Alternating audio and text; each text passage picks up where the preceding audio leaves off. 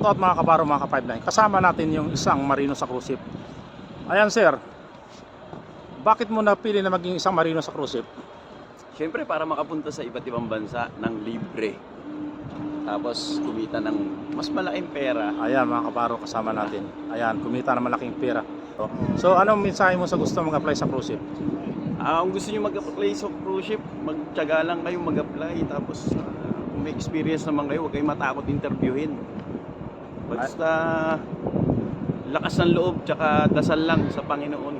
Ayan mga kabaro, magandang mensahe. Sa walang mga dokumento, anong Sa bigyan mga mong mensahe? documents naman, kuha muna kayo ng passport tsaka seaman's book para siguradong pag nag-apply kayo, may dokumento na kayo. Yung mga training, tsaka na yan pagka natanggap na kayo sa interview. Ayan mga kabaro. So, ano bang qualifications pag apply sa cruise ship? May height limit ba o age limit?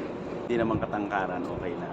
Sa age, basta nakakapag-communicate ka pa ng maayos sa mga pasahero, yan pwede kahit na may edad ka na. Okay Ayan, lang yan. napakaganda mensahe ni sir. Isang marino sa cruise ship mga kabaro. Ayan sir, mabuhay ka sir. Hanggat sa gusto mong mabuhay.